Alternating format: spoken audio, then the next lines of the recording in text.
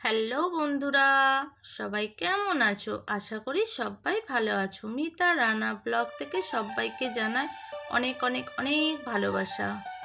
দেখো বন্ধুরা, আজকে রেসিপি হচ্ছে, তোমরা তো থাম্বনেল দেখেই বুঝতে পেরে গেছো, ঢ্যাঁড়সের টক। দেখো বন্ধুরা, কড়াইটা গরম করে নিলাম, তারপরে ওতে আমি একটু 5 ফোড়ন দিয়ে দেবো।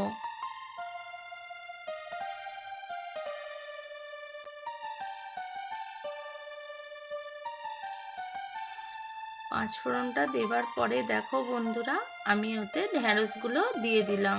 ঢ্যাঁড়সগুলো দিয়ে এবার দুটোকে নেড়ে চেড়ে নিয়ে দেখো, আর চিংড়ি মাছ ছিল, চিংড়ি মাছটাও দিয়ে দিলাম ওর সাথেই।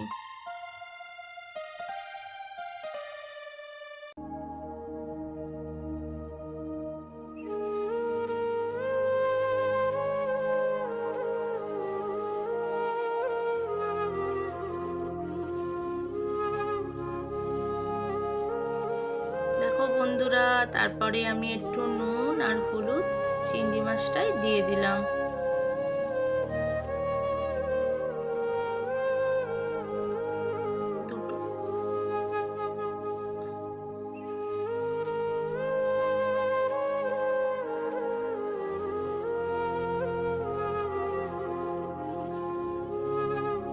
বন্ধুরা, তারপরে দেখো আমি একসঙ্গেই দুটো জিনিস ভেজে নেব। ঢ্যাঁড়সটা চিংড়ি মাছটাকে খুব বেশি ভালো ভাজবো না, মোটামুটি।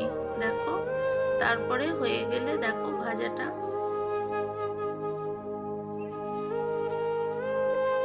দেখো বন্ধুরা ভাজা হয়ে গেছে। ওতে আমি একটু হলুদ দিয়ে আবার একটু নেড়ে চেড়ে নেব।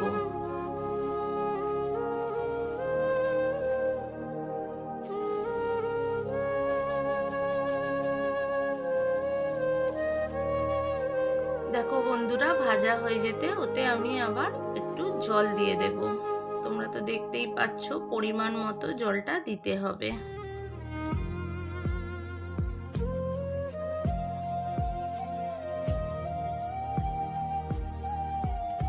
দেখো বন্ধুরা, জলটা দেবার পরে পরিমাণ মতো নুন দেব।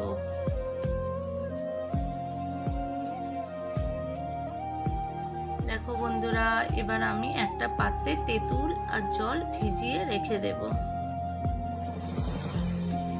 দেখো বন্ধুরা, ভিজে যাবার পরে তেঁতুলটা কি সুন্দর ঘন মতো হয়ে গেছে, তোমরা তো দেখতেই পাচ্ছ।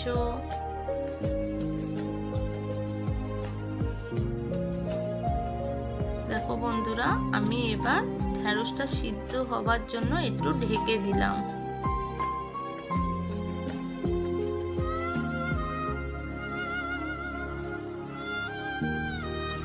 দেখো বন্ধুরা, সিদ্ধ হয়ে যাওয়ার পরে একটা কি সুন্দর কালার এসে গেছে, তোমরা তো বুঝতেই পারছো।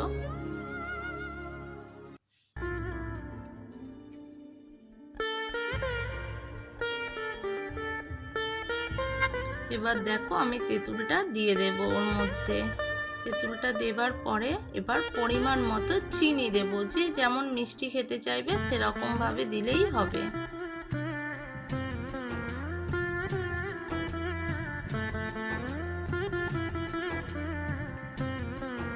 দেখো বন্ধুরা, চিনিটা দেবার পরে আমি আবার একবার চাপা দিয়ে ভালো করে শেষবারের মতো ফুটিয়ে নেব।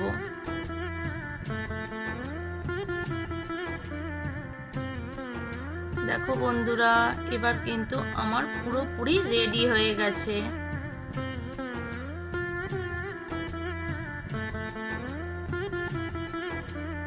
দেখো বন্ধুরা, আমার পুরো রেডি, তোমরা তো দেখতেই পাচ্ছ।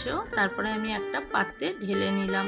বন্ধুরা, ভিডিওটা কেমন হয়েছে অবশ্যই একটা করে লাইক করে দেবে, আর ভালো লাগলে বন্ধুদের মধ্যে ভিডিওটা শেয়ার করবে, আর কমেন্ট করতে ভুলবে না।